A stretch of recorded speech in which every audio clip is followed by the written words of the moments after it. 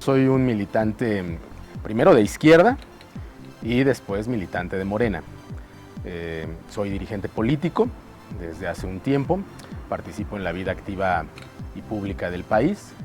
Fui el fundador, el responsable de la Asamblea Fundacional de Morena en el Estado de México, representante de Morena también en el Instituto Electoral del Estado de México, integrante del Equipo Nacional de Capacitación Electoral, también de Morena, y principalmente militante de izquierda y de Morena. Crecí en Atizapán de Zaragoza, prácticamente toda mi vida, hasta más o menos la facultad, ¿no? Y he vivido también en otros lugares, ¿no? Después de Atizapán viví en Tultitlán un tiempo, viví en la Ciudad de México, viví también en los límites de Atlautla y Amecameca. Y generalmente, como he tenido responsabilidades partidarias, estatales y nacionales, pues uno termina viviendo donde el movimiento dice. Entonces, pues llegué a Izcalli, originalmente a Cumbria, en el 2017, y actualmente soy vecino del Lago de Guadalupe. Vengo de una familia humilde y con orígenes medio conservadores, y poco a poco ha ido migrando hacia una dinámica más liberal. Somos 3 hermanos y mi padre durante mucho tiempo fue obrero y también se dedicaba al comercio, mi madre también al comercio. Quizá el momento en el que mi familia empieza a modificar su propia posición, sobre todo ante los movimientos, es justamente cuando yo participo en el movimiento estudiantil del 99.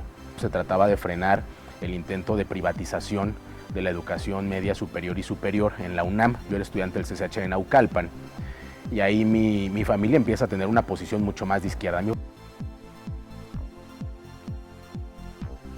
De niño siempre quise hacer radio, fíjate, y lo hice. Finalmente participé en el IMER mucho tiempo, y esa era como una aspiración, un sueño, ¿no? Me gustaba mucho escuchar la radio. De superhéroes hasta la fecha, ¿no? A mí sí me gustan, el universo Marvel me gusta. Iron Man. Pues me gusta que es un constructor, me gusta que lo que aporta no necesariamente es un don muy especial, estas mutaciones que plantean con otros superhéroes, sino que es a partir, en gran medida, de lo que construyen la propia mente, ¿no? Un tipo muy capaz. En la secundaria hay un suceso que creo que marca en gran medida mi participación. Tenía un profesor de taller, Arturo Linos Mondragón, recuerdo bien su nombre. Y en un 2 de octubre, el profesor cierra la puerta del taller y nos comienza a hablar sobre lo que pasó el 2 de octubre.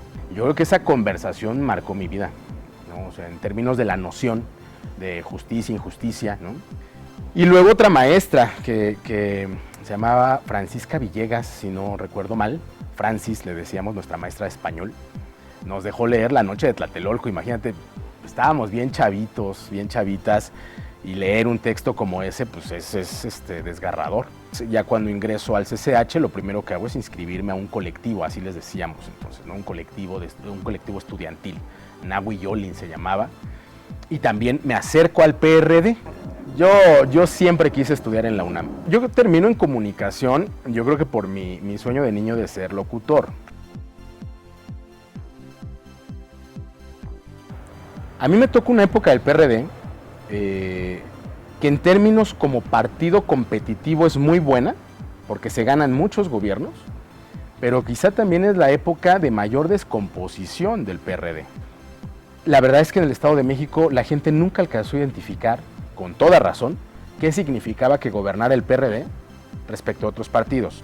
Sobre todo en esa franja, porque se dio una migración muy importante de cuadros del PRI al PRD para ser más competitivos.